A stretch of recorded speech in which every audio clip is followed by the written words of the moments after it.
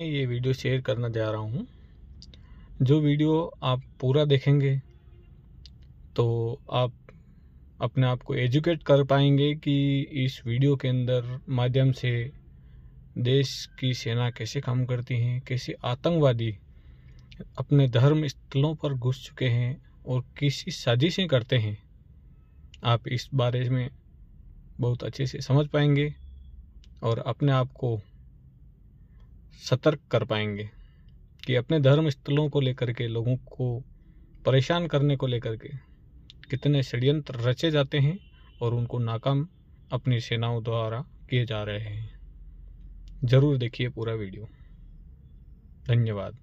ओमकारेश्वर मंदिर उज्जैन। इस मंदिर के बाहर लगभग 5 महीने से एक व्यक्ति बैठा रहता था, साधु के वेश में। आते जाते श्रद्धालुओं से भिक्षा मांगता था, कभी कोई उसको रोटी देता था तो कभी कोई उसको पैसे देता था। 5 से 6 महीने तक ये व्यक्ति उस साधु के वेश में वहां पर बैठकर सिर्फ इस भिक्षा पे जिंदा था। जब आवश्यकता होती थी तो मंदिर में जाकर कुछ भोजन कर लेता था, मंदिर के प्रसाद को खा लेता था। और किसी व्यक्ति को उज्जैन में उस मंदिर के बाहर बैठे हुए इस चीज के ऊपर आशंका नहीं हुई कि क्या ये असली में कोई साधु है या नहीं। लेकिन रियलिटी क्या थी? ये कोई साधु नहीं था। इस व्यक्ति का नाम था तनवीर अहमद। ये व्यक्ति जो था मालदा के थ्रू पश्चिम बंगाल में इलीगल तरीके से बांग्लादेश से बॉर्डर पार करके आया था। और ये कोई नॉर्मल व्यक्ति भी नहीं था, क्योंकि ये व्यक्ति तनवीर जो था ये अंसारुल बंगला टीम की तरफ से ट्रेंड व्यक्ति था। अंसारुल बंगला टीम बांग्लादेश में वही एक ऐसी आतंकवादी संगठन है जिसका नाता अलकायदा से जुड़ा हुआ है। अलकायदा और अंसारुल बंगला टीम पश्चिम बंगाल और भारत की सीमा पर इलीगल कैंप्स चलाते हैं, वहां पर लोगों को ट्रेन करते हैं, रेडिकलाइज करते हैं। उन्हीं का एक ह्यूमन एसेट यहाँ पर भारत भेजा गया था। और जब ये व्यक्ति उज्जैन पहुंचा, इसके पास कोई कागजात नहीं थे, कोई नाम नहीं था, कोई आइडेंटिटी नहीं थी, बस मंदिर के बाहर बैठ गया था। 5 से 6 महीने तक जब इस व्यक्ति ने ये कार्य किया, इसकी उसी दौरान मंदिर के बाहर जितनी भी दुकानें हैं जहां पर पूजा सामग्री मिलती है, उन दुकानदारों से भी इसकी बातचीत हुई। और इस बातचीत के दौरान लगभग 6 महीने के बाद एक दुकानदार ने ही इस व्यक्ति को बोला कि आप तो युवा ही दिखते हो, आप क्यों ना मेरे साथ जुड़कर कुछ मेरी मदद करके मेरी दुकान में ही काम करना शुरू कर दो। तनवीर का उद्देश्य भी यही था। 5 से 6 महीने मंदिर के बाहर बैठने के बाद उसने ये जो एक प्रकार का रैपो डेवलप किया, ये उसको फायदा दिया इस कॉन्टेक्स्ट में कि उसको एक दुकान के बाहर नौकरी मिल गई। अब उसका काम सिर्फ सिंपल था, वो दुकानदार की मदद करना, पूजा सामग्री को बेचना, पूजा सामग्री को मंदिर के अंदर लोगों तक लेके जाना, लोगों को सहायता करते हुए पूजा सामग्री के साथ उनको मंदिर के अंदर परिसर में छोड़ना। और जिस प्रकार से तनवीर ये हरकतें करता गया, इससे एक एडवांटेज उसको ये मिला कि उसको मंदिर के अंदर के परिसर के बारे में जितनी जानकारी चाहिए थी वो सारी जानकारी उसको मिलने लग गई। जैसे जैसे ये जानकारी वो प्राप्त करता रहा, इस चीज का वो नोट भी बनाता रहा। इंटेलिजेंस ब्यूरो की जो प्रेजेंस उज्जैन में थी, वहां का जो लोकल सब्सिडरी इंटेलिजेंस ब्यूरो का ऑफिस था, एक दौरान उसने जनरल तरीके से एक ड्रोन सर्वेलेंस पूरे मंदिर के परिसर के ऊपर किया। और सरप्राइजिंग बात यह थी कि जब ये मंदिर के परिसर के ऊपर ड्रोन सर्वेलेंस हुआ, उसी दौरान एक स्पेसिफिक दुकान से ड्रोन ने कुछ रेडियो फ्रीक्वेंसी सिग्नेचर्स प्राप्त किए। ये रेडियो फ्रीक्वेंसी सिग्नेचर्स बड़े अनयूजुअल से थे, अननेचुरल से थे। इस चीज के ऊपर जब निगरानी रखनी शुरू हुई, क्योंकि ये अननेचुरल टाइप की चीज लोकेट हुई थी, तो इंटेलिजेंस ब्यूरो ने रिपीटेड लेवल पर अगले 1 से 2 हफ्ते डेली ड्रोन बेस्ड सर्वेलेंस मंदिर के परिसर के ऊपर शुरू किया। और हर रोज रात को 8 बजे के बाद, मंदिर के परिसर के बंद होने के बाद, मंदिर के पुजारी के चले जाने के बाद, रोज एक रेडियो फ्रीक्वेंसी सिग्नेचर वहां पे पाया जाता था। जब ये रेडियो फ्रीक्वेंसी सिग्नेचर को एनालाइज किया गया, एग्जामिन किया गया, तो मालूम चला कि एक स्पेसिफिक फोन कॉल जो है एक स्पेसिफिक टाइम पर रेगुलर बेसिस पे हो रही है। और सबसे बड़ी बात थी कि ये जो फोन कॉल थी ये भारत में नहीं हो रही थी। ये कॉल करके नंबर बांग्लादेश लगाया जा रहा था, बांग्लादेश से वो नंबर कनेक्ट होकर लाहौर तक जा रहा था। इस कॉन्टेक्स्ट में इंटेलिजेंस ब्यूरो ने एक डिसीजन लिया कि हम अपने एक ह्यूमन एसेट को डिप्लॉय करेंगे, जो कि यहाँ पर देखकर आए कि आफ्टर ऑल हो क्या रहा है। इस कॉन्टेक्स्ट में उज्जैन के इंटेलिजेंस ब्यूरो के ऑफिस से एक महिला अधिकारी को भेजा गया। उस महिला अधिकारी ने एक साध्वी का रूप साधा। साध्वी का रूप साध के वो डेली मंदिर जाने लगी। मंदिर जाने के टाइम पर उसने उसी दुकान में जहां पर तनवीर काम करता था, उसी दुकान से रोज सामग्री खरीदनी शुरू करी। सामग्री खरीदने के दौरान तनवीर से उसकी देखरेख हुई, तनवीर को देखना, उसकी हरकतों को ऑब्जर्व करना।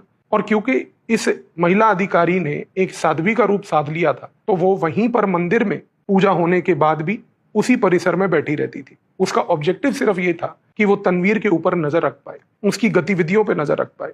और उसने एक पैटर्न ऑब्जर्व किया। पैटर्न ये था कि तनवीर दिन में कई चक्कर मंदिर के परिसर में लगाता था। जब भी वो मंदिर के परिसर में चक्कर लगाता था, वो अक्सर प्रसाद बनाने वाले सेक्शन के पास खड़ा होता था, प्रसाद के डिस्ट्रीब्यूशन के सेक्शन के पास खड़ा होता था। और सबसे बड़ी बात, रोज रात को मंदिर के परिसर के बंद हो जाने के बाद दुकान के पीछे जो उसको कमरा दिया हुआ था रहने के लिए, उस कमरे में से वो रेडियो फ्रीक्वेंसी सिग्नेचर्स रोज मैच होते थे। ये चीज लगभग 4 से 5 महीने रेगुलर बेसिस पे फिर से ऑब्जर्व की गई।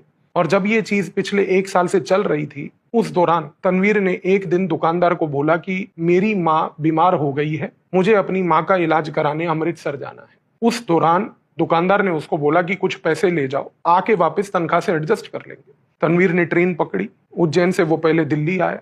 दिल्ली से उसने एक बस पकड़ी और बस पकड़कर वो अमृतसर चला गया। जब वो अमृतसर पहुंचा तो वहां से उसने एक ऑटो लेकर अटारी बॉर्डर के पास कुछ गांव में जाकर अपने आप को बसा लिया। ये जो इंटेलिजेंस ब्यूरो की ऑफिसर, जो महिला ऑफिसर थी, वो उसको उज्जैन से लेकर दिल्ली, दिल्ली से लेकर अमृतसर उसकी परछाई बनकर उसके पीछे पीछे जाती रही। जब वो अमृतसर पहुंचा, अमृतसर से जब वो अटारी बॉर्डर के पास पहुंचा, इस महिला अधिकारी ने भी उसका वहां तक साया बन के उसका पीछा करा। और वहां पर उसने ऑब्जर्व करा कि ये व्यक्ति के पास ना तो कोई घर था, ना उसकी कोई माता वहां पे रहती थी। ये सब एक झूठ था। वो अटारी के पास एक गांव में एक लेबर के पास जाकर उसके घर में बस गया। वो लेबर खेतों में काम करता था। उसके घर में बसे रहने के 3 से 4 दिन के बाद इंटेलिजेंस ब्यूरो की इस अधिकारी ने एक पैटर्न देखा, और वो पैटर्न बड़ा सिंपल था। एक शाम पाकिस्तान की ओर से एक ड्रोन का प्रयोग किया गया और उस ड्रोन से कुछ चीजें भारत की सीमा की तरफ फेंकी गई, जो इस गांव में अटारी के पास खेतों में पाई गई। छोटी छोटी पुड़ियां थी। वो पुड़ियां उसने पर्टिकुलरली जब भारत फेंकी तो तनवीर ने जाकर उनमें से 2 पुड़ियां उठाई। और सबसे बड़ी बात, पुड़िया उठाने के बाद उसने उसको अपनी गले में पहनी हुई रुद्राक्ष माला के अंदर खोल के उसको छुपा दिया। ये चीज पूरी कैप्चर की गई। और उसके अगले दिन सुबह तनवीर ने गांव छोड़ा, अमृतसर शहर आया, वहां से बस पकड़ी, दिल्ली पहुंचा। दिल्ली के पुरानी दिल्ली रेलवे स्टेशन पर वो खड़ा था और वो मालवा एक्सप्रेस का वेट कर रहा था कि जो ट्रेन उसको वापस से उज्जैन लेके जाएगी। इस दौरान इस इंटेलिजेंस ब्यूरो की महिला अधिकारी ने जब ये सारी रिपोर्ट पेश करी तो एक निर्णय लिया गया कि तनवीर को दिल्ली के पुरानी दिल्ली रेलवे स्टेशन के बाहर ही, जो दिल्ली पुलिस की स्पेशल सेल है और इंटेलिजेंस ब्यूरो के एक जॉइंट ऑपरेशन के तहत पकड़ा जाएगा। तनवीर रेलवे स्टेशन पर खड़ा था, वेट कर रहा था, और उसी दौरान एक इशारे के तहत दिल्ली पुलिस के कुछ अधिकारियों ने उस समय जो स्पेशल सेल से जुड़े थे तुरंत जाकर तनवीर को पकड़ा। इंटेलिजेंस ब्यूरो की टीम उसको जो रोहिणी का एक सेफ हाउस है वहां पर ले गई, और वहां ले जाने के बाद जब उसकी इंटेरोगेशन हुई तो इंटेरोगेशन के दौरान उसके रुद्राक्ष को भी खोला गया। उस रुद्राक्ष में से निकला एक पर्टिकुलर पुड़िया, और जो वो पुड़िया निकली, जब उसका एग्जामिनेशन करवाया गया तो मालूम चला कि वो रिसिन था। रिसिन एक ऐसा जहर जो केवल 1 ग्राम जहर 100 से 200 लोगों को मारने के लिए सक्षम होता है। जब इंटेरोगेशन हुई, पूछताछ हुई, तो उसने कबूल किया कि उसको भेजा गया था इस पर्पज से कि वो ये रिसिन पाउडर जो है उसको बेसिकली महाकालेश्वर मंदिर के प्रसाद में मिला दे, क्योंकि उसका उद्देश्य था कि इसको प्रसाद में मिलाने के तहत मंदिर के परिसर में 100-200 लोगों की जब मौत हो जाएगी तो इससे हाहाकार मचेगा। हाहाकार मचने के बाद देश में एक अजीब सा माहौल पैदा होगा कि मंदिरों के अंदर प्रसाद खाने से लोगों की हत्या हो रही है। और इसको अलकायदा और अंसारुल बंगला टीम मिलकर पाकिस्तान की ISI के साथ कुछ अंतरराष्ट्रीय मीडिया हाउसेज में इस चीज को बढ़ा चढ़ाकर भारत के खिलाफ एक प्रोपोगंडा चलाने का गेम खेल रही थी कि यदि इस प्रकार की कुछ इंसिडेंट को अंजाम दे दिया जाता तो उनको भारत के अंदर, भारत के मंदिरों के बारे में, सनातन धर्म के बारे में इस प्रकार की नैरेटिव चलाने की कैपेबिलिटी मिल जाती। लेकिन दिल्ली पुलिस के स्पेशल सेल और इंटेलिजेंस ब्यूरो के जॉइंट ऑपरेशन के बाद जब इस व्यक्ति को पकड़ा गया, तब पकड़ने के बाद सिर्फ ये रिसिन का खेल नहीं, बल्कि सबसे बड़ा खेल जो निकला वो ये था कि किस प्रकार से आज इल्लीगल तरीके से बांग्लादेश से ये लोग